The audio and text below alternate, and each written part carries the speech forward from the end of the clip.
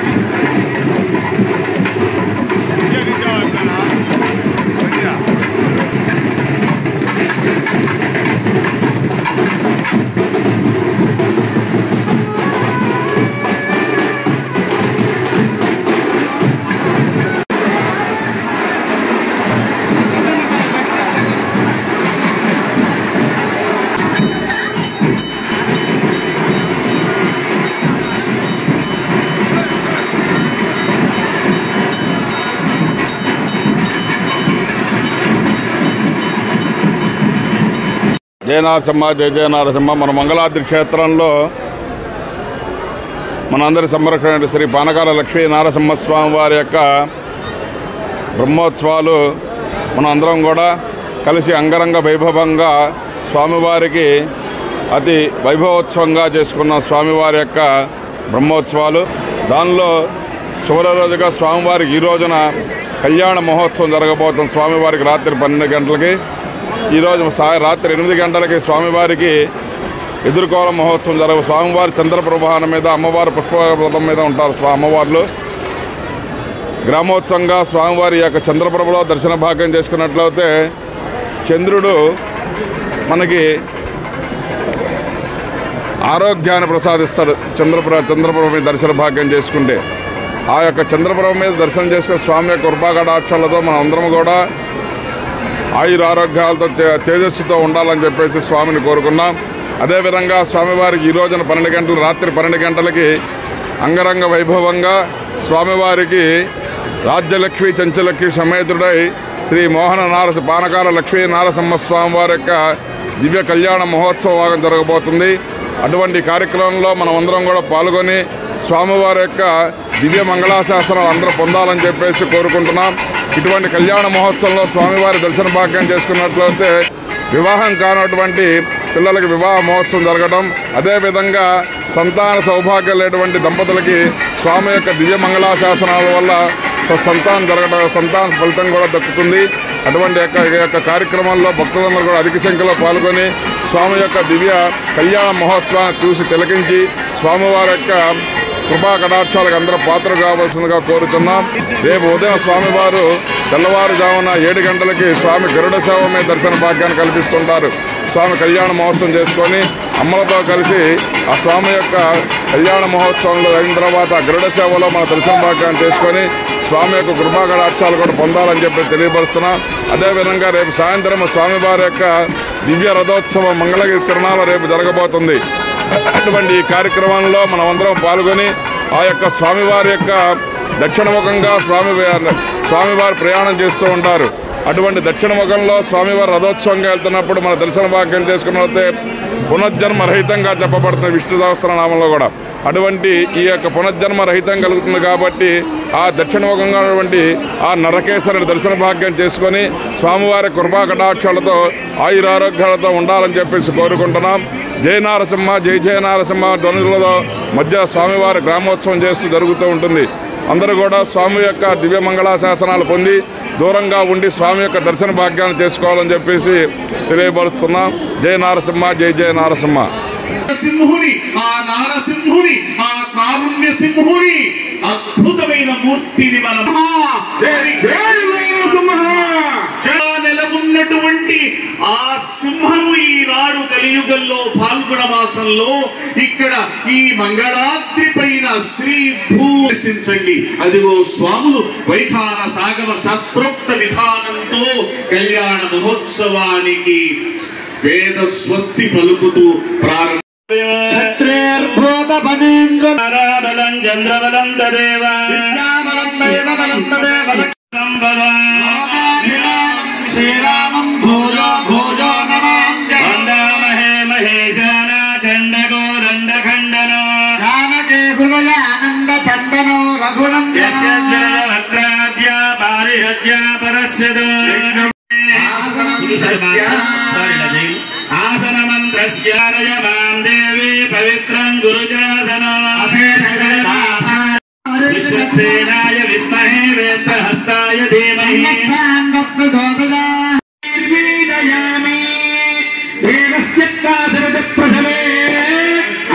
శ్రీ లక్ష్మీ నృసింహస్వామినే నమః. ఆదర్శయుగ్మం దర్శయామి, అంకుశం దర్శయామి, శంఖం దర్శయామి, ఆవర్తం దర్శయామి.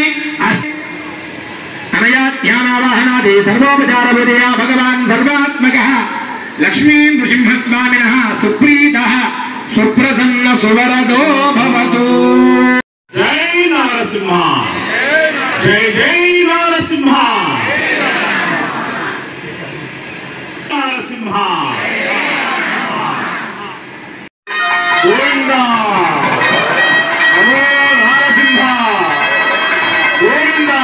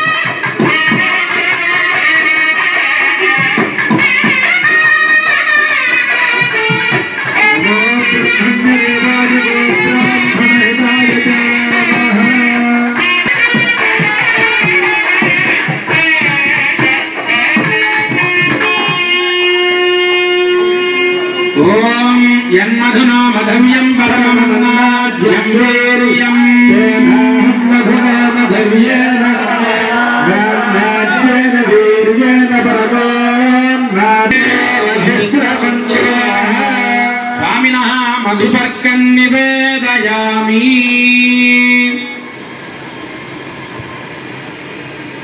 మంగళం భగవాన్ విష్ణు మంగళం మధుసూదన మంగళం పుండరీకాయ స్వామినః గోవింద గోవింద. బ్రహ్మ కలిగిన పాదము అన్న అన్నమాచార్యుల వారి కృతితో చక్కగా నాగేశ్వర విద్వాంసులు కూడా చక్కగా పలికారు. బ్రహ్మ కలిగిన పాదం అది. పరమాత్మ యొక్క పాదం ఎంత గొప్పదంటే అది అన్ని లోకాల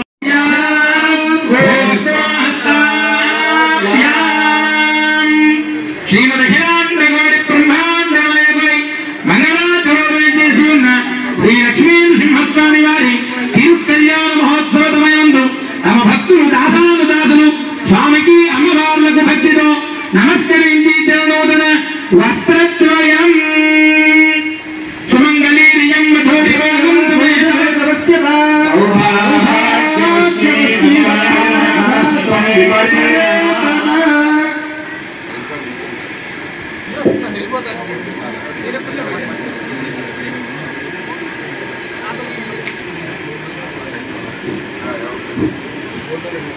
నమో నమో భవనిజాయ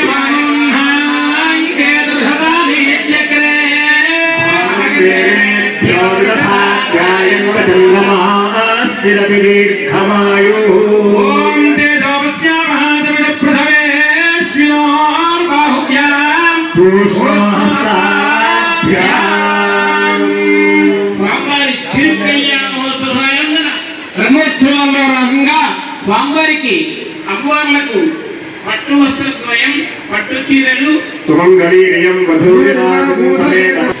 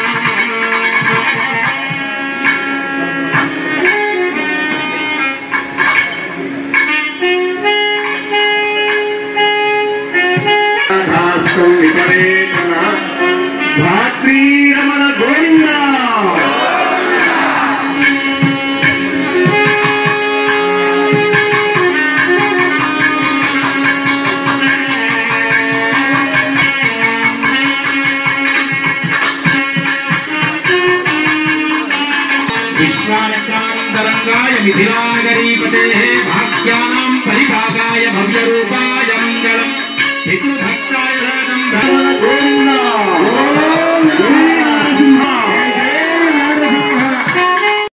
దేహవ్యాధులు అనేకలు జీలకర్ర వెలుగుగా కట్టింది కాబట్టి ఇంకా వివాహం పూర్తిగా జరగటం లేదు కాబట్టి కొన్ని ఆయన్ని కూడా మనం అడగొచ్చు. ఎదుర్కోవడంలో మరి ఏం చేశారో తెలియదు కానీ ఇప్పుడు ఆయన్ని పట్టుకుని అడుగుదాం. అసలు ఆయన దగ్గరికి లక్ష్మీదేవిని ఇచ్చిన వివాహం చేయాలని పంపించాలి అంటే లక్ష్మీ ముస్లిం పొదులైన గోళ్లు అది వజ్రంతో సమానం అన్నమాట.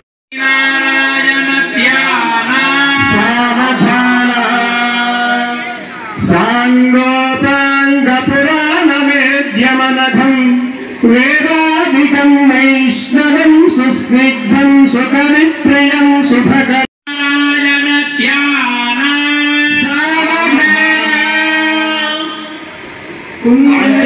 స్ఫటిక ప్రభో బహుభుజో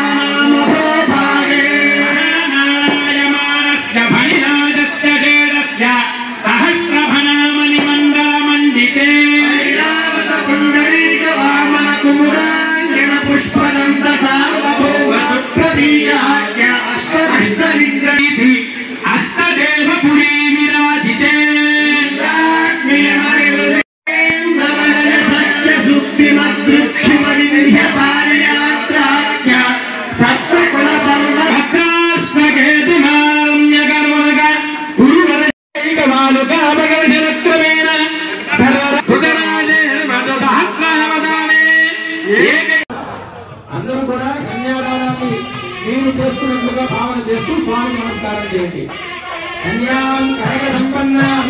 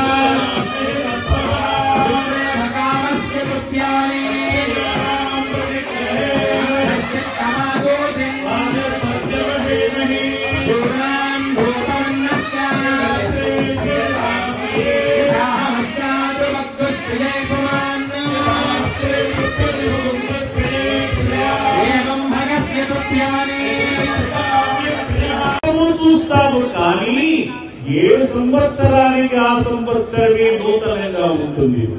మళ్ళీ ఈ సంవత్సరం అయిపోగానే మళ్ళీ ఎప్పుడు వస్తుందా ఇటువంటి ఈ రోజు అనుకుంటూ ఉంటాం. అది గొప్పదా. ఇది మానవుడు ఇలా ప్రతిరోజు పెళ్లి చేసుకుంటే కొడతారు కోరుకుంటారా? కానీ ఒక పరమాత్మ మాత్రం నిత్య కళ్యాణం దేనికి అంటే ఆయనకు జరిపించే కళ్యాణము జగత్ కళ్యాణం కోసం. జగత్ కళ్యాణ సిద్ధ్యర్థం భగవత్ కళ్యాణం కాలేదని శాస్త్రం చెబుతోంది. మానవుడిది లౌకిక కళ్యాణం. ఇది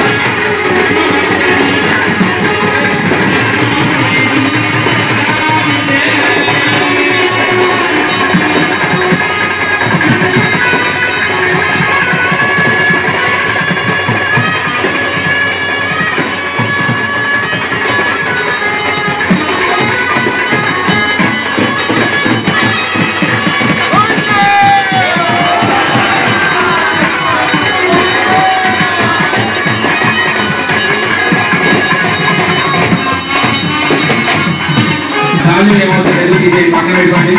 అమ్మ ఎవరు లేవవద్దు, ఇంకా కళ్యాణం పూర్తవలేదు. దయచేసి తలంబ్రాలు అయిన తర్వాత కూడా మీరు ఎవరు లేవవద్దు. ఇంకా తలంబ్రాలు అయిన తర్వాత మీరు లేవటం వల్ల స్వామికి జరగాల్సినటువంటి కార్యక్రమాలు మీరు ఆపేసి వెళ్ళిపోవాల్సి వస్తుంది. దయచేసి మీరు ఆ తప్పులు మీరు చేయించవద్దు, మీరు ఎవరు లేవవద్దు, ఇక్కడ వాళ్ళు కూడా ఎవరు లేవవద్దు. తలంబ్రాలు అయిపోయిన తర్వాత స్వామికి నైవేద్యము హారతి